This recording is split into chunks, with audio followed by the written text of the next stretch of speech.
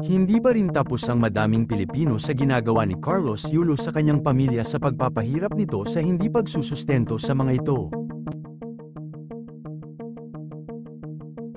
Wala kasing natanggap ito sa napanalunan nito sa Olympics. Tila parang nawala na lang raw ng parang bula si Carlos Yulo nang itakwil niya ang sarili niyang pamilya.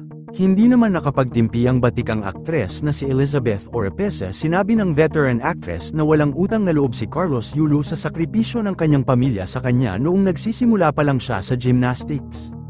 Nainis din ito sa pagtatalakay niya sa girlfriend umano ni Carlos Yulo na wala siyang pake kung ano ang sasabihin nito dahil hindi naman niya raw ito kilala at parang kabote na sumulpot na lang ito noong nanalo si Carlos Yulo bilang gymnastics.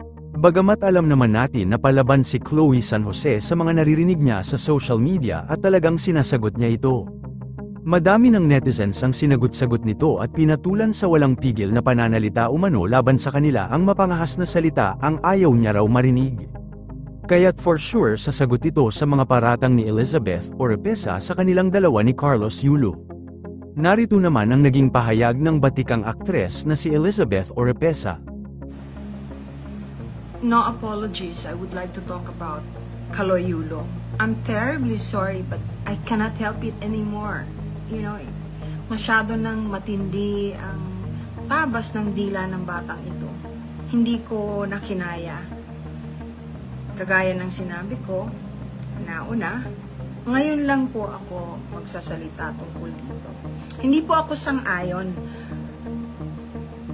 The way he's treating his mother is horrible. Wala po akong pakialam dun sa girlfriend niya, kung sino man yun, ano. Siya bilang anak, hindi dapat nagtatrato ng magulang ng ganyan. Kahit anong sabihin, mali po yun.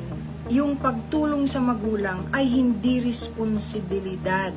Ito po ay galing sa puso ng taong marunong magmahal sa kapwa, kay nanay mo o hindi, pero lalo na kung nanay mo. Kung mabuti kang tao, hindi ka magsasalita ng kung ano-ano dun sa babaeng pinanggalingan mo kaya ka nabuhay.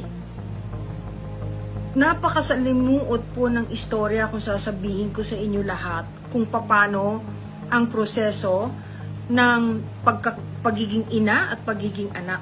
Hindi po kasalanan ng ina o ng anak na maging anak. Say nga ni Tito Boy Abunda parang teleserye na ang bangayan ni Carlos Yulo sa kanyang pamilya at ang sariling pamilya nito at tahimik na at wala ng kibo sa mga akusasyon ni Carlos Yulo sa kanya. Sa ngayon hiling ng ibang fans ay sana magkaayos na si Carlos Yulo at ang kanyang pamilya upang makasama na niya ito. Yun lamang po, ano ang masasabi mo sa balitang ito, comment mo sa ibaba. Huwag kakalimutan i-like ang video na ito. Maraming salamat po sa panunood.